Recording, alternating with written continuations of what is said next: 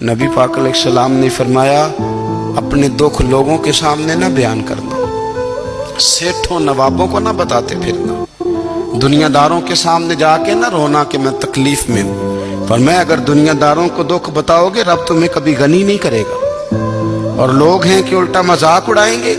آپ کی جس سے بڑی پکی یاری ہے نا، پکی، وہ تب تک پکی ہے جب تک آپ نے 50,000 مانگا نہیں، اور جس وقت آپ نے کہہ دیا کہ میں مجبور ہوں میری مدد کر، تو پھر ختم ہو گئی دوستی۔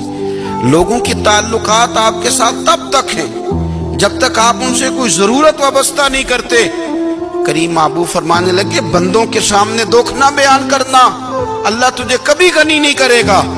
تو اپنے دکھ اپنے رب کو بتا، تو دعائیں مانگ، تو اس کی بارگاہ میں حاضر ہو، تو اس کے حضور عرض کر۔